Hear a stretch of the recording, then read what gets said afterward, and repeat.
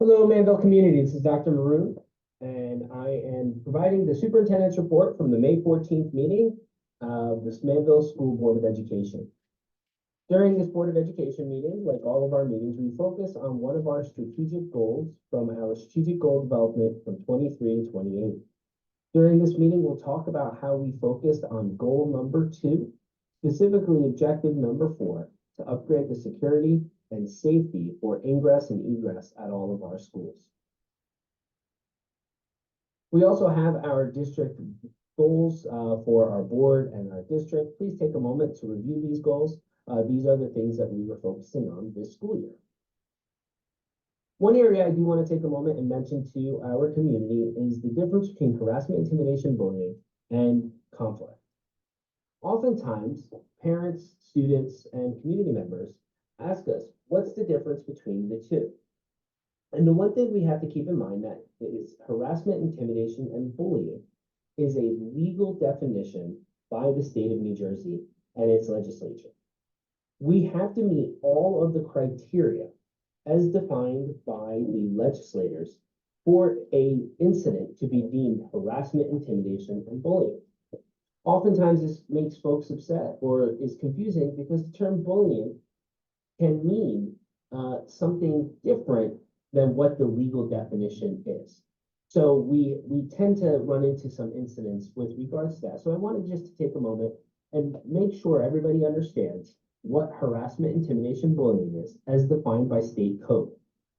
For a HIB or harassment, intimidation, bullying incident, it means that any gesture, it can be written, verbal, it could be a physical act, or an electronic communication, and it could have happened one time or a series. So that is the first prong of this.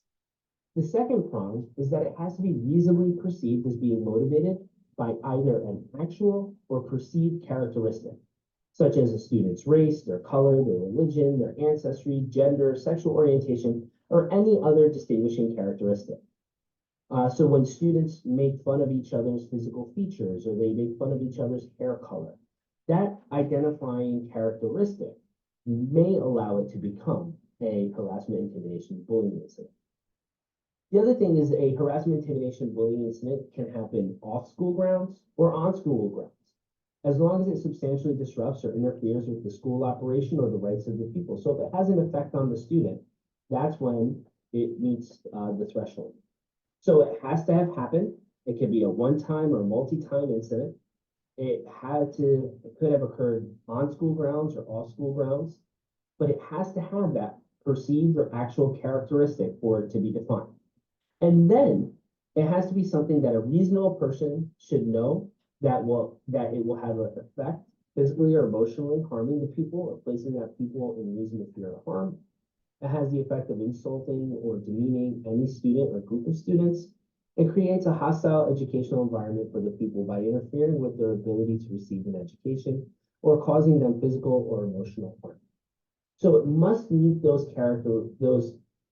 thresholds for it to meet the legal definition of harassment, intimidation, and bullying.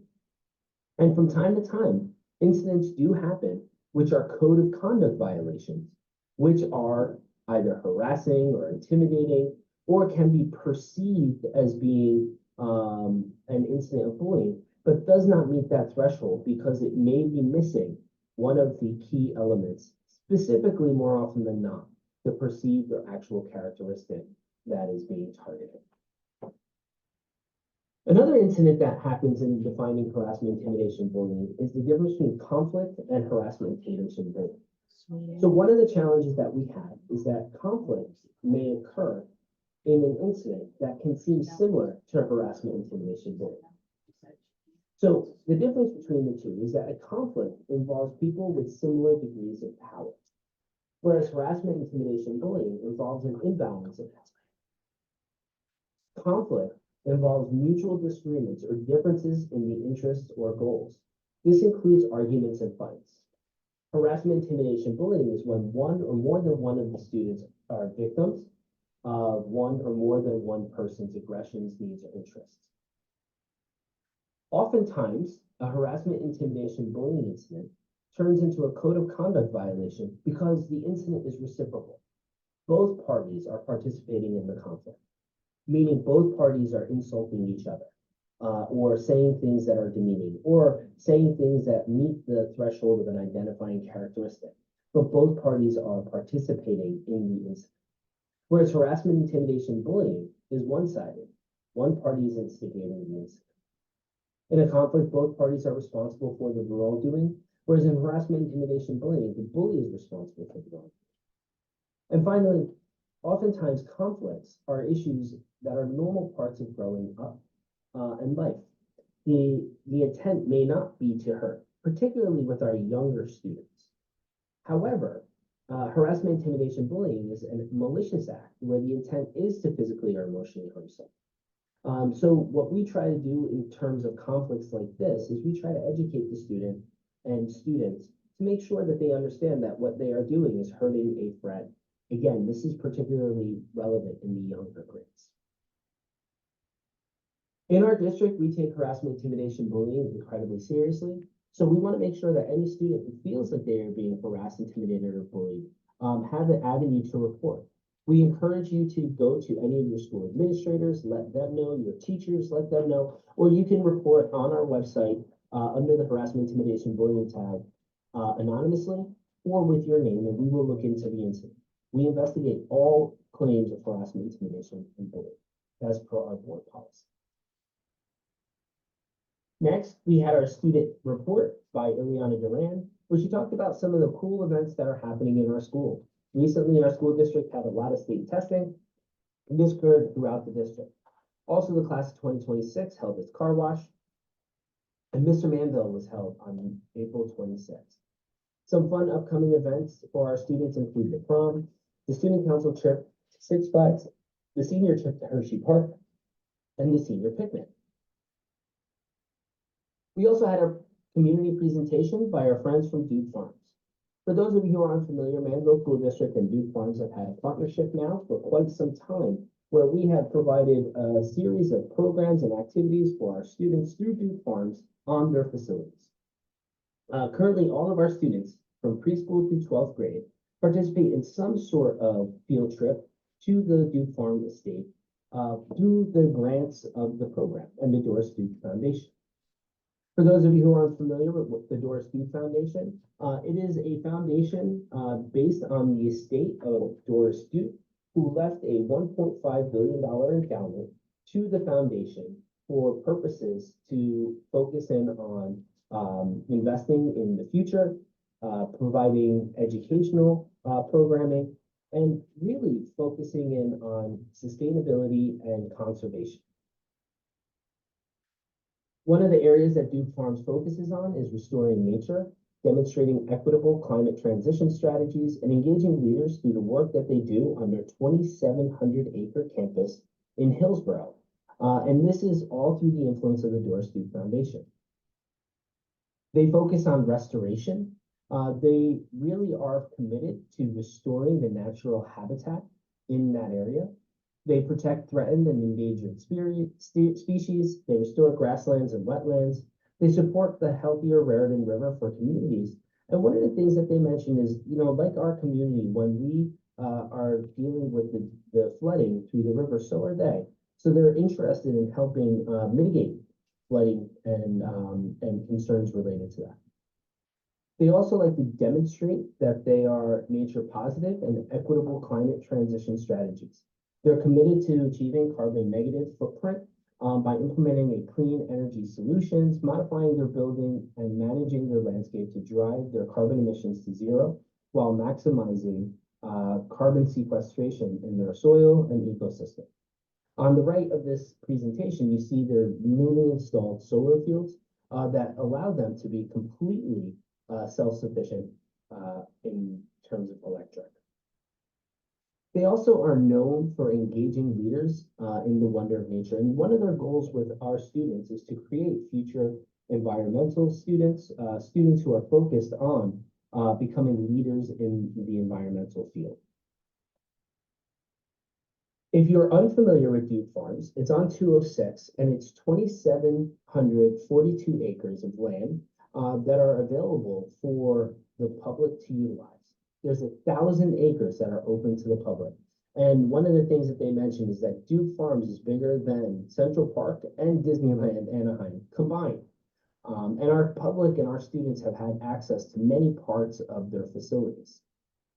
In terms of proximity to Manville, Duke Farms is less than 3.2 miles away from the Weston School, and it's even closer to Manville High School. So we really like to connect and partner with them as a community partner. They support us in a variety of ways, including field trips, the Eagle Cam, community support, financial support, and most importantly, through its proximity.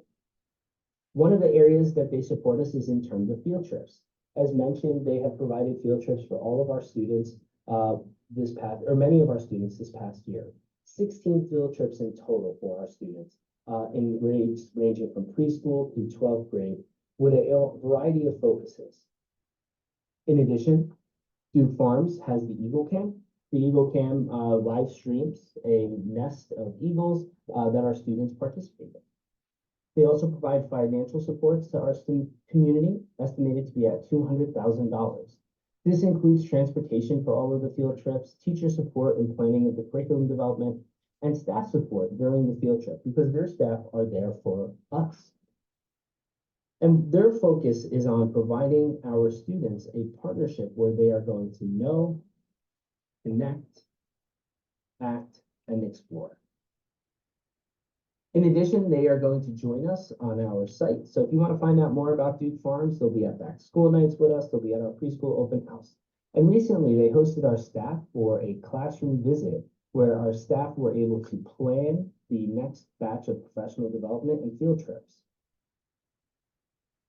The next area that we focused on during the Board of Education meeting is our district security, presented by Mr. Don Johnstone, our security officer. One of the key items about our security team is that we currently have 3 retired state police officers who serve as our security officers and monitors. We also have budgeted for an additional security officer for next school year so that all of our buildings will have a security officer present on site. In addition, our district focused in on updating the board policy for our active shooter response, our lockdown procedure, our bomb threats from public egress on our website. And this was something established by the state of New Jersey to make sure that all this information was less accessible. We have updated our district evacuation plan through our emergency management plan. We've worked with FEMA to create a incident command system for schools for the emergency management plan. And we also added Raptor alert system to our district unification process. Our security team is involved in quite a bit. They participate in security and event funding, event security. We have been upgrading our cameras throughout the district. We're also upgrading our district radio system. We partnered with CRG for digital 911 mapping. We added a program, and we'll talk a little bit more about this with our Raptor visitor management system. We are updating and fixing our locks, keys, and blinds to make sure that the buildings are safe. We provided training for our staff, both our teaching and administrative staff and our faculty, as well as our security team. We continue to provide cones and signs and security equipment. During the 23-24 school year, there's been a variety of professional development for our staff and our students throughout the district. We focused in on standard response protocol training for all of our new teachers, our subs, and our community partners. We continued the security overviews and reporting for our admin assistants. We provided training on investigating, reporting, and documenting incidents. We have partnered with our various buildings to create behavioral threat assessment teams and provide the training necessary for that, as well as the Raptor management system training. We also provided training on the I Love You Guys Foundation, the standard response protocol, bomb threat guidance, earthquake drills in the event of another earthquake, radio communication training. Our security team provides driver's ed training and safety for our 10th grade students, and we provided train safety programs through the New Jersey Transit for our students. And we do these in a variety of grade levels so that they are constantly hearing the message related to safe passage on the train tracks. In addition to that, the state of New Jersey passed a law creating the behavioral threat assessment teams. And this is a way to help prevent school violence. School threat assessment teams can identify and help address a broad array of problematic behavior. The program components should include a multidisciplinary team, threat assessment training, and intervention resources. In our district, our threat assessment team is made up of principals or senior administrators in each building, a psychologist, counselor, social worker, other school employees with expertise in school counseling, safe school resource officers or our security officers, our school safety specialists, and some staff members who are part of the team. And these teams work together to identify students who may be exhibiting behavioral threats. You can report on our website by clicking on under the Hipster ASAP link if you are aware of a student who's exhibiting any behavioral threats. In this past year, we conducted a variety of cases throughout our buildings. In addition, we have some initiatives on securing our facilities, most notably our Raptor Visitor Management System. Many of you who have come and visited the schools have seen the systems working, where when you come in, you're asked to provide your driver's license, and the driver's license is put into what they call the toaster, and a background check is run to make sure that the individuals who are coming to our property are okay to come to our property. This provides a log of who's visited our schools and provides us with any instant alerts or information we may need to confirm that the folks who are coming are appropriate to be here. We also utilize this to manage and track our security drills, which we are required to conduct on a monthly basis. And we utilize it for reunification purposes, should they ever be needed. This program also connects with our first responders and police departments, so they are aware of our facilities and our facilities needs should an incident occur. And it is part of our accountability through our reunification program. So we're very excited about having this program, which aligns with our standard response protocol which is created through the I Love You Guys Foundation. We are also applying for the 24 COP School Violence Protection Program grant. This is the third year we're applying for this grant, which can earn us up to $500,000. And the area that we're focusing most on is updating our lock systems throughout the district through all of the classrooms and facilities. So this is something we're hoping we will earn in the coming months. Finally, we want to mention our partnership with the Manville Police Department. We have a great partnership with the MPD. They have been wonderful community partners and they support our schools. They have access to our schools. They visit our schools regularly. They believe in community policing and partnership with our community. So we welcome them to support our students and our schools. They continue to provide presence at our major school functions. They provide parking when necessary. They do walkthroughs on a regular basis, and they are participants at our athletic and larger events. We also host DARE in our district at ABUS, and we continue drug abuse training at the high school with the Manville Police Department. We work together to fulfill our Handle with Care law and our safety and security drill. We meet regularly with the Manville Police Department and their leadership to discuss ways to continue to work together, and our crossing guards who are hired through the Manville Police Department work with our school district to make sure our students are safe on a regular basis. And ultimately, the Manville security team works cooperatively with the Manville Police Department to provide a safe and secure environment for all of our students and staff. So we want to thank Mr. Johnstone, our district security coordinator, and his team for all of their hard work. And if you have any questions, feel free to reach out to Mr. Johnstone. Finally, some general updates. We want to celebrate some of our students. We had 3 individual winners at the Somerset County track meet, Ryan Sanders, Trip Freitag, and Professor CEO. Congratulations to them on earning their meet wins. We also want to recognize our Manville Drama Club, which was nominated for 11 awards at the prestigious Central Jersey Marquee Awards. And congratulations to Juliana Buchero, who was selected the Central Jersey Marquee Awards Best Leading Actor in a musical for her portrayal of Sophie Sheridan in Mamma Mia. Congratulations, Buch. And we also want to recognize Justin Petty, who was selected as My Central Jersey's Player of the Week. So congratulations, Justin. We want to invite our family and our community to join us on May 29th for our multicultural night. This meeting will be held, or this event will be held from 6 to 8 p.m., where we're celebrating all of the unique backgrounds that make up our school with community with music, food, and fun. Please scan the QR code to participate and join us on May 29th. We want to remind everybody that preschool registration is open. We have conducted our lottery at this point, and we still have some open and available seats for preschool. So we encourage anybody who has a 3 or 4-year-old to sign up for free preschool.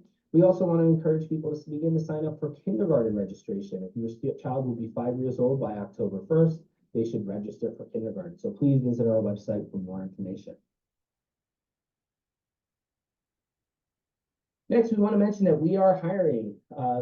Due to the increase in state aid, we were able to add some additional positions. So we want to encourage folks who are certified in our community and interested to apply for some of our vacancies. Please visit our website for more information and see what positions we have available. We also want to take a moment and recognize the Area 10 Special Olympics. On Saturday, May 10th, we hosted the Area 10 Special Olympics, and it was a tremendous and incredible day. We want to thank all of the volunteers, coaches, and supporters who came out and joined our students and our team. We also want to thank the Manville State Police, the Somerset County Sheriff's Office, the Manville Police Department, the Manville First Aid Rescue Squad, the OEM, Manville Rec, Aramark, Mr. John Bentz, and all of the members of our community, faculty, and staff for the support of this program. And please, if you're interested, join us on June 22nd at 10 a.m. for the Area 10 walking event.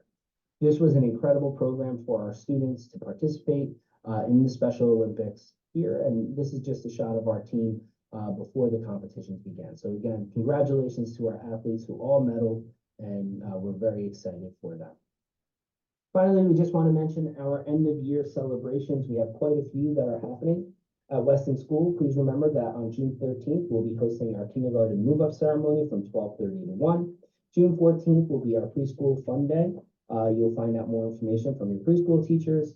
Weston will be hosting its field day, its grade 1 walking field trip to the Manville Library, its grade 1 Doyle's Farm trip, and the kindergarten trip to Turtleback Zoo. Roosevelt will be hosting its annual clap-out ceremony at 1:15 on the front lawn on June 17th. In addition to its field day, its grade 3 field trip to Liberty Science Center, and grade 4 field trip to Sandy Hook. At Avis, graduation will be held on June 14th at 6 p.m.